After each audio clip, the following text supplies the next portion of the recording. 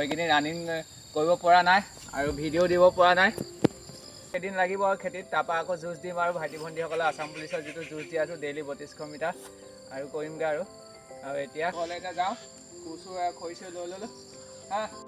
এয়া 6টা বজাতে অহা পথাৰলৈ, এতিয়া 6টা বাজি গ'ল আৰু এতিয়া পূৰা মানে পূৰা অকণমান দেৰি সময়হে ঘৰত যাওঁ, ভাত খাওঁগৈ। আকৌ এয়া খৰি চৰি লৈ লৈছোঁ, খৰি নহ'লে এয়া ভাত খাবলৈ নাপাম নহ'লে, সেইকাৰণে খৰি কোৰ আকৌ কাইলৈ আকৌ 6টাৰ পৰা আৰম্ভ। এয়া আজি ৰুলোঁ এয়া পথাৰ হা, এয়া আমাৰ পথাৰতে। এতিয়া গধূলি হৈ গ'ল আৰু এইখিনি ৰানিং কৰিব পৰা নাই আৰু ভিডিঅ' দিব পৰা নাই আৰু উপায় নাই আৰু দিম আৰু এই খেতিত ব্যস্ত হৈ আছোঁ, সেইকাৰণে এইকেইদিন মই ভালকৈ ভিডিঅ' দিব পৰা নাই ভাইটি ভণ্টিসকলক।